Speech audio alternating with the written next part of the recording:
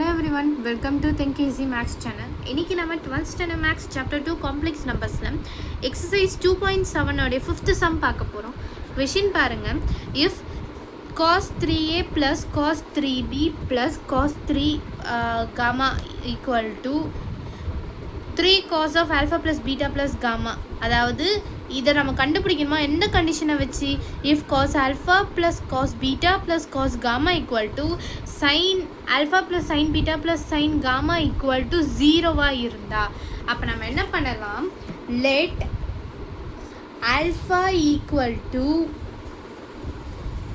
ஆல்ஃபான்னு ஒரு வேல்யூ எடுத்துக்கலாம், இல்லை ஏன்னு எடுத்துப்போம். ஏன்னா அங்கே ஏற்கனவே கொஸ்டின் ஆல்ஃபான்னு இருக்குல்ல, ஏன்னு எடுத்துக்கிட்டு அதில் cos alpha plus I sign alpha இதை மட்டும் எடுத்துப்போம். பீன்ற வேல்யூவில் cos beta plus I sign பீட்டான்னு எடுத்துப்போம். சீன்ற வேல்யூவில் cos gamma plus I sign gamma அப்படின்னு எடுத்துக்கலாம். ஓகேவா? ஆக்சுவலாக நமக்கு ஒரு ஃபார்முலா இருக்குது இதெல்லாம் வச்சு. என்ன ஃபார்முலானா ஏ ப்ளஸ் பி ப்ளஸ் சி, எனக்கு கண்டிஷன் 0ன்னு அவங்க கொஷினில் கொடுத்துருக்காங்கல்ல ஈக்குவல் டு 0ன்னு இப்படி கொடுத்துருந்தா அப்போ நமக்கு ஒரு ஃபார்முலா இருக்குது. என்ன ஃபார்முலானா நீங்கள் இதை படிக்கிற மாதிரி தான் வரும். இந்த ஃபார்முலாவை மட்டும் எப்படியாவது ஞாபகம் வச்சுக்க பாருங்கள். A cube plus B cube plus C cube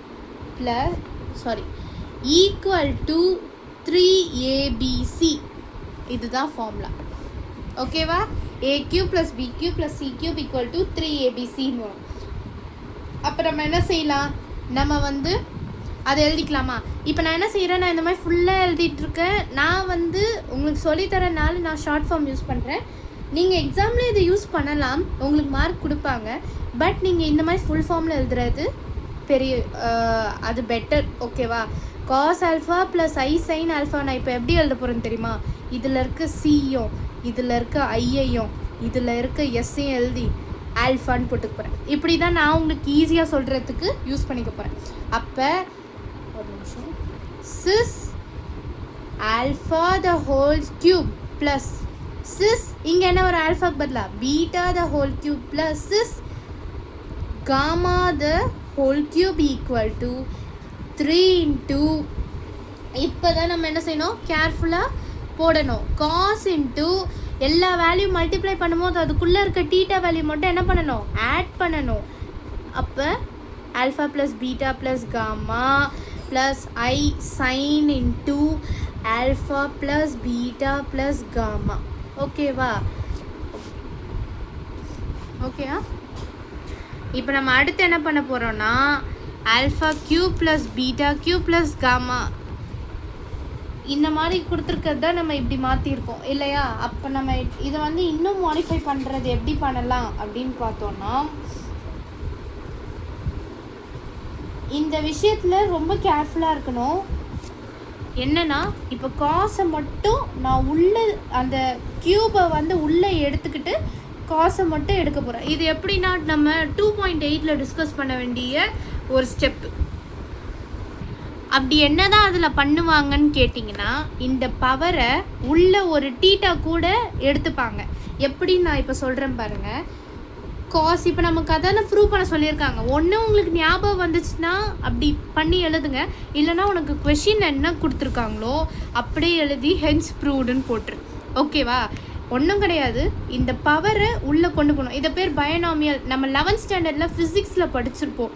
அதே தான் இங்கே கொண்டு வராங்க.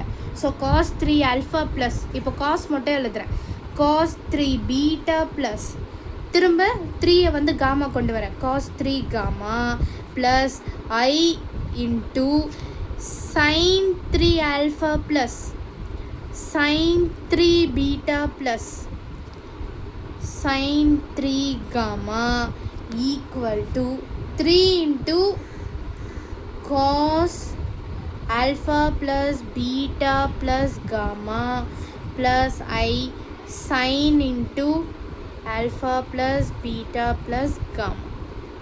ஓகேவா? அவ்வளோதான் இந்த சம்.